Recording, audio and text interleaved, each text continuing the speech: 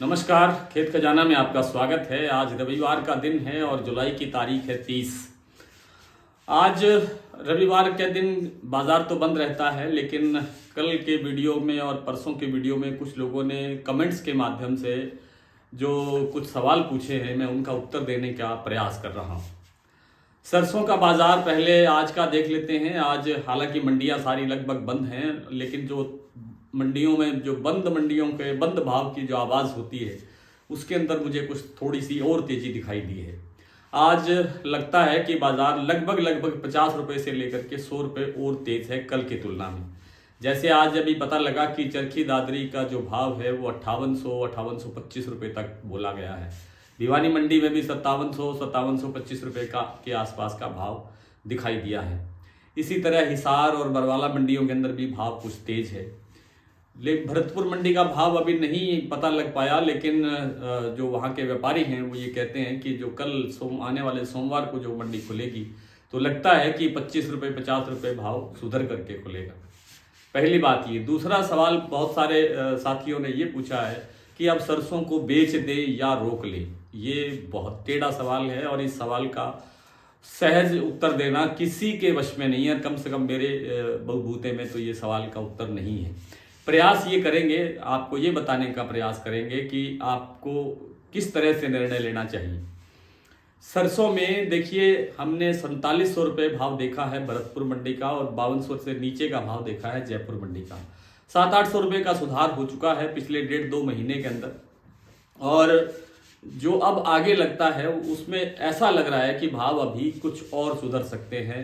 जो जयपुर का भाव है, जैसे आज कल शनिवार के दिन 5925 रुपये का भाव था, तो ये भाव बढ़ करके 200-250 रुपये 300 रुपये तक सुधर के 61-6200 रुपये या 6200 प्लस तक जा सकता है।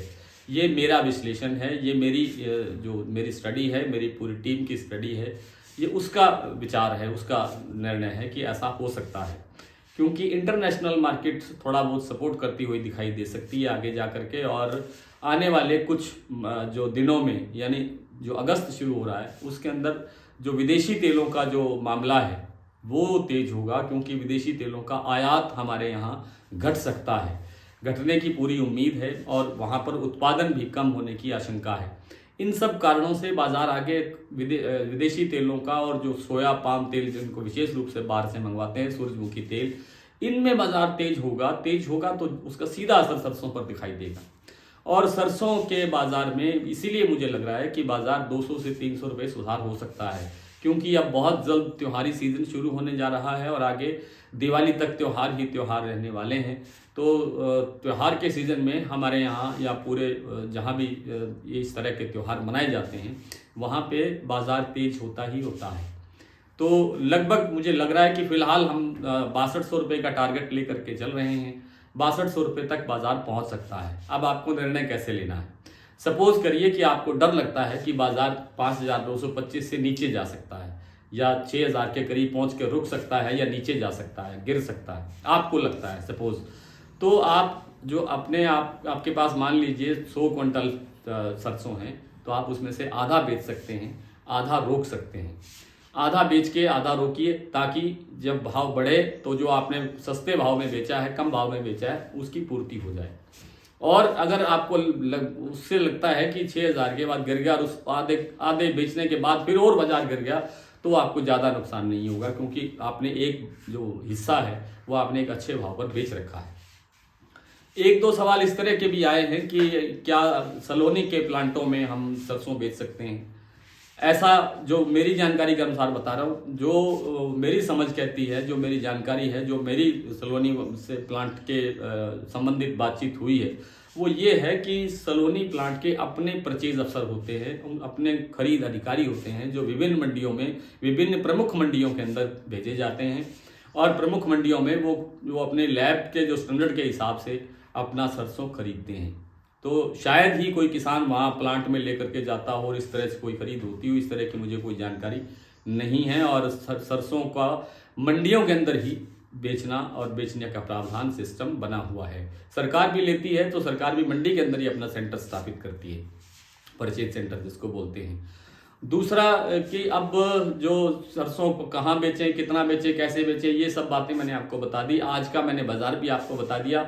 लगता ये है कि सरसों का बाजार तेज होगा, उसके साथ साथ खाने के तेल, जितने भी खाने के तेल हैं लगभग सभी के अंदर बाजार सुधर सकता है। अभी थोड़ा मूंगफली का तेल ऐसा है जो थोड़ा सा गिरावट दिखा रहा है और थोड़ा कमजोर और हो सकता है। राजकोट का भाव जैसे 1900-1925 के बीच में है, ये बाजार थोड़ा कमजोर हो सकता है, थोड़ा डाउन आ सकता है, क्योंकि इसकी हाइट पहले ही बहुत ज़्यादा हो चुकी है, बहुत ज़्यादा ऊंचाई हो चुकी है। बिनौला तेल में डरने की लगता नहीं है कि कोई गुंजाइश है। बिनौला तेल में अभी और बाजार बढ़ने का मन है, लेकिन 950 रुपये गुजरात कड़ी का भाव है 10 किलो का, और वो भाव यहाँ से आगे बढ़ने की प्रबल संभावना दिखाई दे रही है।